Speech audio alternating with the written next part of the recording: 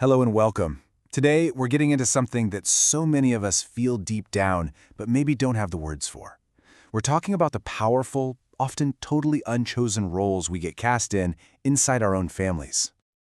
Think about it. Have you ever felt like you were just playing a part? Maybe you were the rebel, always stirring things up, or the peacemaker, always trying to keep things calm, or maybe the perfect one, who could do no wrong. Well, it turns out there's a really good reason for that feeling. It's like you were handed a script long before you ever had a say in it. So let's pull back the curtain a little bit. First up, we're going to identify the common characters that almost always show up in this family play. Okay, first things first, and this is so important to get. These roles are not just personality quirks. They're not just who you are. They are deeply ingrained survival strategies. They pop up, usually unconsciously, to help a kid navigate a pretty unhealthy family dynamic. It's really our soul doing the absolute best it can with the hand it was dealt.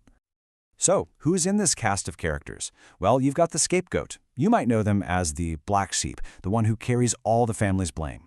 Then there's the golden child, the one who seems to be the clear favorite. You have the shapeshifter, this emotional chameleon who loses themselves trying to be everything to everyone. There's also the invisible child, who learns that the safest thing to do is just fade into the background. And finally, the neurodivergent child, whose unique way of seeing the world can often get them totally lost in the family shuffle. Do any of these sound familiar? So now that we've kinda met the cast, the bigger question is, why? Why do these roles even exist in the first place? It really boils down to something called a pathogenic family system. That's a fancy way of saying it's a family system where these roles are not created for the child's well-being. No. Instead, they exist to serve the unresolved emotional needs, the traumas, and sometimes even the personality disorders of the parents. The kids are basically drafted into service to help the parents feel okay. And this is where you can really see the main engine of this whole system. On one side, you have the scapegoat. This is often the kid who's a natural truth teller, the one who pushes back and says, hey, something's not right here. And for that, they end up carrying all the family's projected shame. On the other side, you have the golden child, often a very compliant, people-pleasing kid who mirrors what the parents need to see. They end up carrying all the family's projected hopes. The cost of these roles is just a profound loss of self. This story is absolutely heartbreaking. A teenager at a food court with dozens of choices was literally paralyzed. She couldn't make a simple choice, what to eat for lunch, because her entire life had been about adapting to what other people wanted. She had no clue who she was or what she actually desired. So this is the really critical point. This script is damaging, and it's not just for the quote-unquote bad roles. Let's look at the hidden costs, because every single character in this play pays a price. You know, this is one of the most confusing and painful parts of this whole dynamic. Siblings can grow up in the exact same house with the exact same parents, but have completely different childhoods. The scapegoat's mom is not the same person as the golden child's mom. It creates these fractured realities where siblings can't even understand each other's experiences. Right about now, it's easy to look at the golden child and think, well, they won the lottery, didn't they? They get all the praise, the favoritism, the rewards. But is it really a winning ticket? The answer is a hard no. Because the golden child is actually stuck in a terrible inner trap. See, first, the love they get is conditional. It's a reward for their performance. Because of this, deep down, they feel secretly unworthy.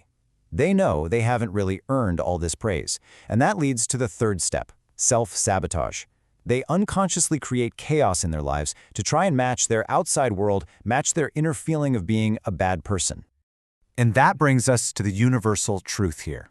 It doesn't matter if you were the scapegoat, the golden child, or the invisible child. The foundation for every single one of these roles is conditional love. And the core message that every child absorbs is exactly the same. You, just as you are not enough. And the damage isn't just emotional. You know, when that toxic family energy can't be projected onto a scapegoat, it has to go somewhere. And very often, it gets trapped in our bodies, showing up as very real, very physical illnesses. This emotional pain can literally make us sick. But here is the good news. This is not a life sentence. The script can absolutely be rewritten. So in this final part, let's talk about the first steps to reclaiming your true self. So, how do you do it? Well, the journey really begins by just noticing the mask you've been wearing. It's about asking yourself some honest questions to try and rediscover who you were before that role was assigned to you, before all the conditioning took over. So step one is simple, but it is so powerful. Just name your role. Were you the hero, the troublemaker, the quiet one?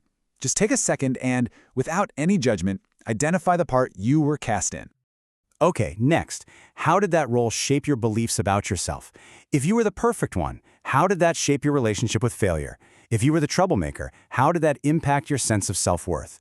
Just think about how that part you played wrote the inner script for who you think you are today.